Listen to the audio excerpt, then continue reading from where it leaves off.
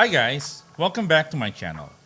Ang pag-usapan natin ngayon ay isa sa mga paborito kong pelikula dahil unang-una, astig yung pelikula. Dahil ito ay pinagbibitahan ni Keanu Reeves, yung bida sa Matrix at iba pang pelikula.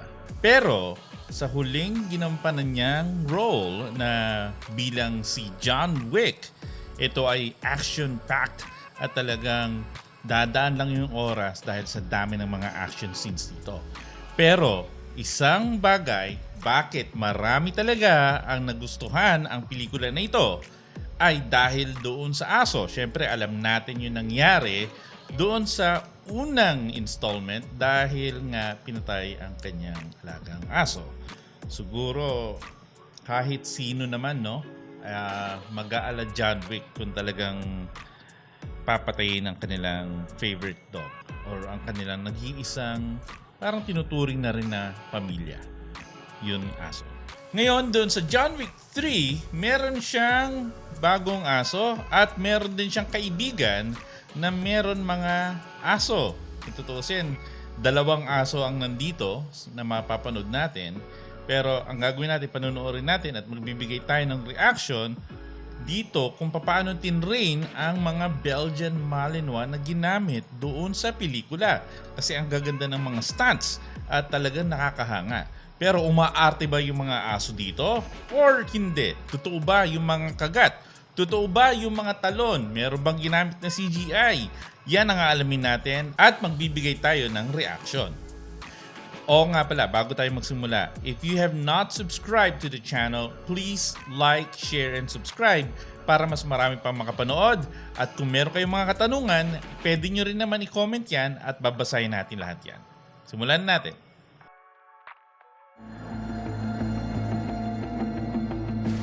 Ayan.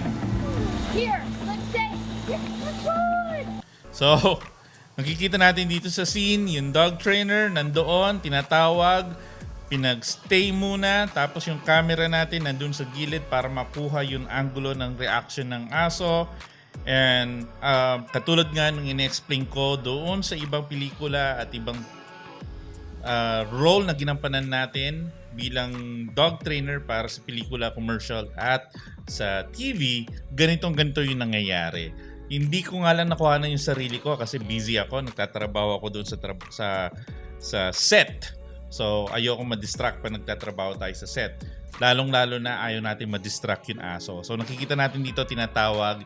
And then, ganyan din tayo. Sinasabi natin, good boy, good boy. We try to encourage the dog to interact and follow our commands. Lalong-lalo ganito, tong ulan na to, malamang, artificial rain nito. Meron sigurong fire truck or parang meron shower curtain na ginagamit para magbigay ng effect na malakas ng ulan.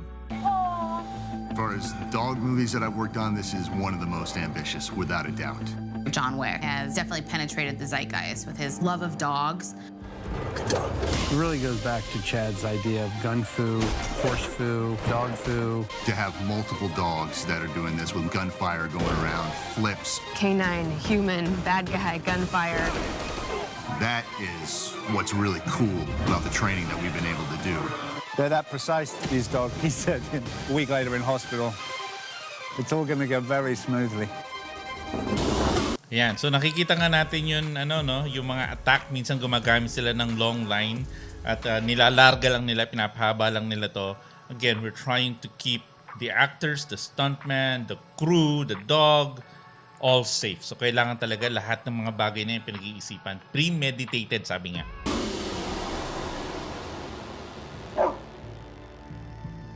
Probably inadvertently, we became kind of a dog film. Can always get bigger and bigger guns, but why not go the canine route? Chad loves dogs. And so, obviously, I think was looking to incorporate that into his vision of his act. Okay, so meron ginamit na pakita natin. Loves Teka lang. dogs. And so, obviously, I think was looking to incorporate. Ito, dito sa scene na to, parang mukhang totoo, no? Pero hindi nga mukhang totoo, pero hindi ito Belgian Malinois. Kung tutusin, mukha pang Golden Retriever. Which is, gumagamit tayo ng mga dummy replacements para pa nagsiset tayo ng angulo ng camera, yung camera team, yung DOP or Director of Photography, ang ginagawa diyan, sineset na nila yung frame para pag pumasok ng yung mga aso, alam na kung saan yung marker. Yung marker, ibig sabihin saan hihinto yung mga actors, pati yung mga dogs, para saktong-sakto dun sa frame. So, ganito yung nangyayari yan dito. Gumagamit tayo ng mga dummies para may set. Kasi pag ang mga aso ayaw nilang paulit-ulit, napapagod din sila at minsan naiinis. At kung paulit-ulit natin ginagawa to, baka naman pagdating na ng actual na take, hindi na nila gawin. Or baka iba na yung gawin nila. Kaya very important na gumagamit tayo ng mga dummy. That into his vision of his action. To train a dog from a smaller adolescent age to an adult, there was a way to do it so that it was beneficial to the animal and safe for both the animal and the stunt performer. Bumped into a trainer named Andrew Sensen, very famous, does all the wolves in Game of Thrones. We want Isa sa mga dog trainer na nagtrabaho dito sa set ay dog trainer din para dun sa wolves ng Game of Thrones. So, maganda rin yun. wanted to train the dogs in a playful way to actually become stunt dogs. Alright, so very important din yung sinabi na when you want the dogs to be on the set, kailangan talaga hinuhulma mo yung aso for the set. Hindi kasi ako naniniwala na kahit na sinong aso na lang, pwede mong gamitin dun sa set kasi kailangan nilang masanay dun sa mga ilaw, katulad ng mga ilaw ko dito sa studio, or even yung mga tao, yung mga wires, kasi ang daming wires niyan pag nakakalat yan, no? So, ang daming wires, kaya kailangan mag-ingat lahat ng mga tao dun sa set kasi pwede silang matisod. So, dito, kailangan din masana yung mga aso dun sa environment na gagalawan nila. And very specific yung mga tricks. Hindi pwede yun, sige, naisipan ko ganito ang gagawin ng aso. Hindi. Kasi chances are, malilito yung aso at hindi mo makukuha yung gusto mong result on the frame. We got together some of the best acrobats and martial artists in the industry. So if this was the bite, you get the dog to twist. Got them together with 5 Belgian Malinois dogs. So 5 Belgian Malinois ang ginamit, and then sinabi dito na parang kailangan yung mga stunt actors mo marunong din magtrabaho with the dog para maganda yung cinematic effect. Katulad yung mga kagat ng mga Belgian Malinois o kaya even with Serena sa isang scene sa Sherlock Jr., meron siyang kinagat na bad guy. Tapos, syempre, para maprotektahan yung stunt guy, meron siyang sleeve. Kututusin, kadalasan ng mga yan naka-jacket. Kasi ang gagawin natin, magtatago tayo ng toy nila at yun yung kakagatin. Diba? Yun yung mga paraan para maging safe. Pero syempre, kung pagdating dito sa film na to, dahil Hollywood ito, mas marami silang oras, mas marami silang resource. So, kaya nilang mag-train very specific. Pero yung ginawa natin, kadalasan, on the day itself, saka lang namin malalaman na, ganito yung eksena, ganito yung kagat, siya yung kakagatin. So, wala masyadong practice kasi nga medyo mas kaunti yung budget natin. Pero, dito, talagang napakalaking production at talagang pinag-iisipan. And chances are, pag ganitong napag-isipan, mas mababa din yung stress level ng mga aso. Mas nagpe-perform sila at mas masaya sila, which is very important para sa mga dog actors. Dogs that we had went out and cast for both intelligence and physicality. Hello, I know. Hi. Yes, hi. Kisses. He's older. He's 2.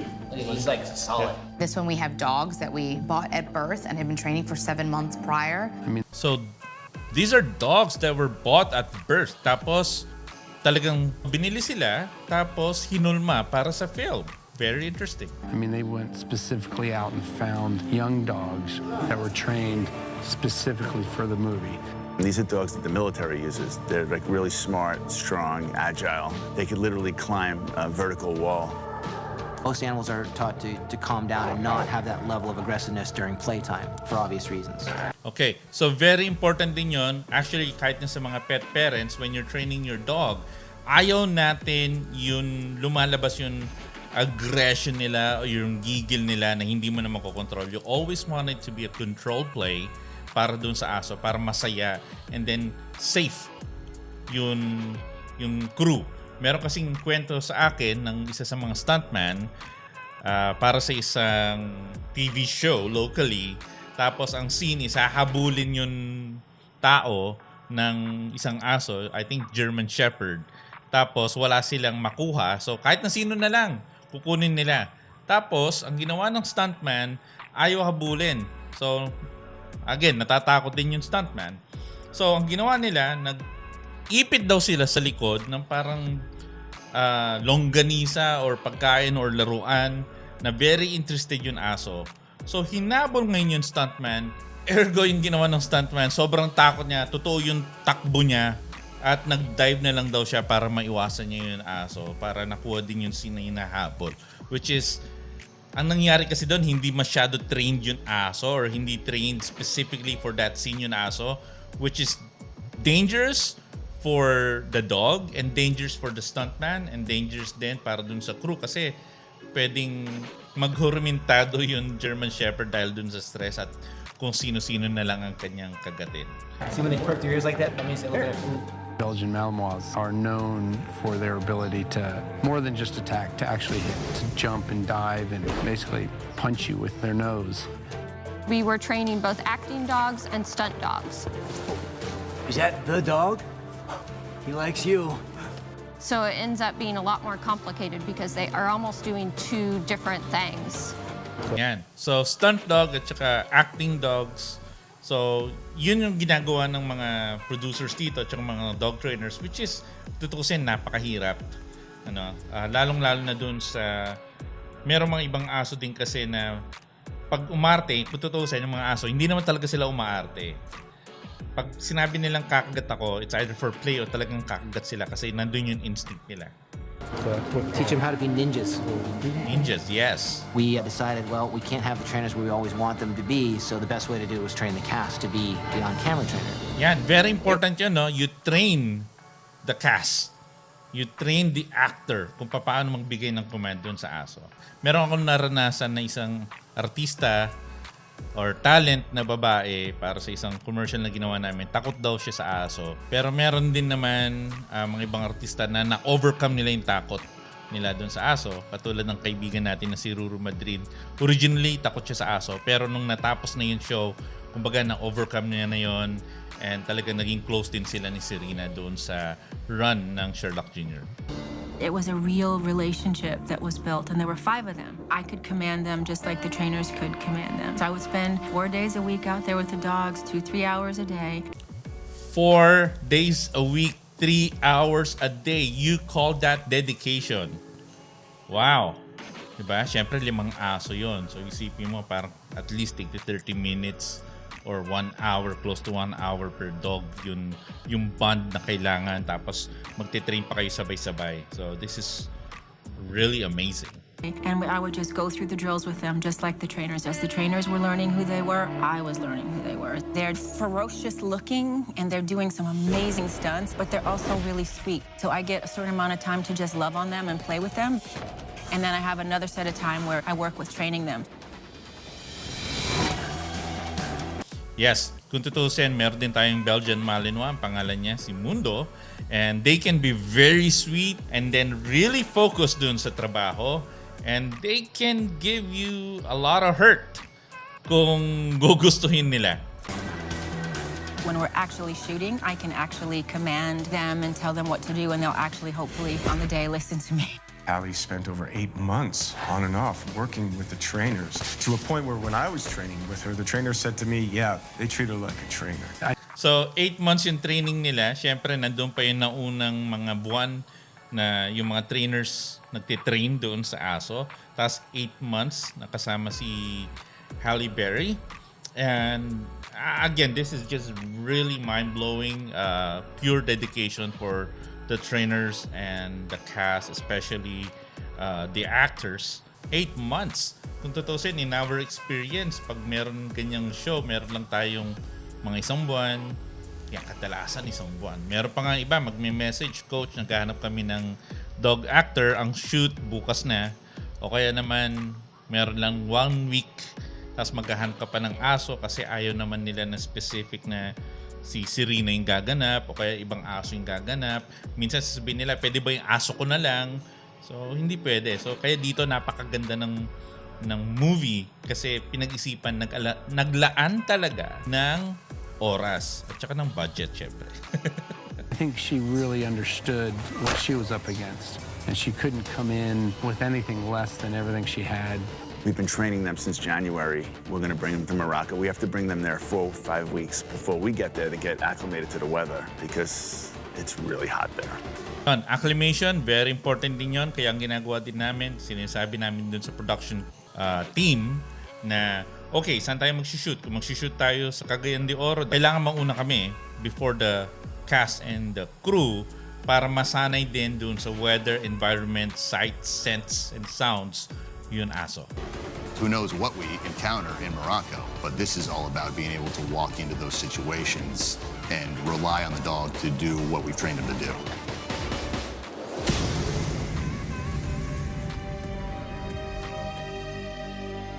Morocco is one of the most challenging filmmaking experiences I'm sure I will ever have. Having trained for 6 months was essential in getting through this process. And Ayan, gumagamit na naman sila ng dummy para ma-plot kung paano yung magiging shot, saan dadaan yung aso, at yun arte ng artista, makasabay din siya. Kasi, kumbaga, parang dog trainer din yung artista dito. There's some complicated acting scenes where you just need a dog to sit and stay while dialogue goes on, but keep that gaze locked. You know, like these are supposed to be Sophia's weapons. sit. They are focused on protecting her. They have a sense of play, but they also are known to like attack on command. What most people don't know is when you see a dog attack a stunt person or a trainer on camera, it's a dog trying to kill the individual. The dog doesn't know it's a movie. Yes, very true. Pag yung isang aso kumagat dahil na-train siya for protection, katulad ng mga dog actors natin dito, these are real bites. They are really programmed or pre-programmed na, okay, I'm going to deliver as much pain to that person as much as I can para maprotektahan yung human ko. So, hindi sila umaarte kung tutuusin. Totoo ito para sa kanilang mundo. No? Pag nag-zone in na sila doon sa isang bagay na yon, yun na yun, lalong-lalo mga Belgian Malinois, they have this wonderful focus, and if you can harness that focus, you can do a lot of stuff para doon sa aso. Yeah, we've got so many different kinds of hits. We want to target the dog to a leg, or to an arm, or to a chest. You start just with the device used to... Ayan. So, meron silang parang bite mark, no? Kulay green. Kulay green yung ginagamit nila kasi para pwede nilang i-edit yan sa post. Okay? Pwede nilang gamitin ng CGI para maitago yan. Focus the dog to a certain area. It's called a tug. They call it a tug, which is really a tug toy, kung tutusin. To be able to say, no, don't hit that guy, don't hit that guy, hit that guy 30 feet away. When you show them the toy that they want to hit, it's on. They're not just biting slowly coming in, they're slamming into people. So when you're... Oo nga pala, ganyan yung dynamics ng mga, mga Belgian Malinois. Hindi sila mabigat, pero ang tactic ng isang Belgian Malinois is more of like ginagamit nila yung speed nila para talagang mag-ram. Minsan nagsisway pa, minsan pag kumagat pa sila, talagang gagamitin pa nila yung inertia nila para iikot yung katawan nila para ma-pin down yung target. So, ganun sila magtrabaho. God bless Jerome Flynn. He went for it. He did the stunt. I mean, there's a dog involved in my crutch. So, yeah, that's going to be a new experience for me. Oh, ayan, nakakatakot naman talaga. But I didn't see that coming. Pound for pound, their strength is extraordinary. I mean, I'm watching them pull a 180-pound guy across the ground. And these dogs, I don't think, weigh 60 pounds. Now that we've just finished shooting that sequence, I think it's going to be everything that, we had wished it could be. So, balik ko lang, pansin niyo, just to keep the dog safe, kasi nga, they invested a lot of money, they want to take care of the dog. Mapapansin natin parang meron tali, thin wire, dun sa pagtalon ng aso, para just in case na magkamali siya, you can save the dog kasi meron yung mga pulley. So, tingnan natin. Sequence, I think it's going to be... Yeah. So, papansin nyo, meron thin wire which is edited out on post. So, safety ito para dun sa aso. So could be. We just found talented Whoa! Could be. Whoa! Wow! Amazing. found talented individuals to do the hard work that it would take to pull off the shots. What's going to end up on screen is going to look like these killer animals. I would say 80% of the people I know have a pet, either dog or cat, preferably dogs mostly. And, you know, dogs show you who you are. Like, they know character better than anybody. It was a relationship, and a really lovely one. I'm an animal person. I have 2 dogs myself, so that was the sweetest part of my day, to go and hang out with the dogs. And marami sa mga nakatrabaho din natin na artista na mahilig talaga sa aso, talagang nakikita mo sa mata nila na they want to really work with the dog, and it's a different kind of experience. Sabi nga ng ibang direktor, ang pinakamahirap na gawin sa isang pelikula is meron bata or baby, meron tubig, at meron hayop or yung dogs. So, mahirap talagang gawin ito. Pero nakikita natin na they love what they did, and it's a masterpiece. Ayan, nandun no? Bola, focus. Alright, wow, that was wonderful. Okay, so, saya. So, meron din ba kayong mga ibang pelikula, movie, or mga ilang scene na gusto nyo ipapanood sa akin at magbibigay tayo ng reaction? Mag-comment lang kayo below. Okay, so that's it for this video. This has been Dog Coach Francis. Sana meron kayong natutunan. And hanggang sa muli, keep safe, keep healthy, and don't forget to pet your dogs. We'll see you.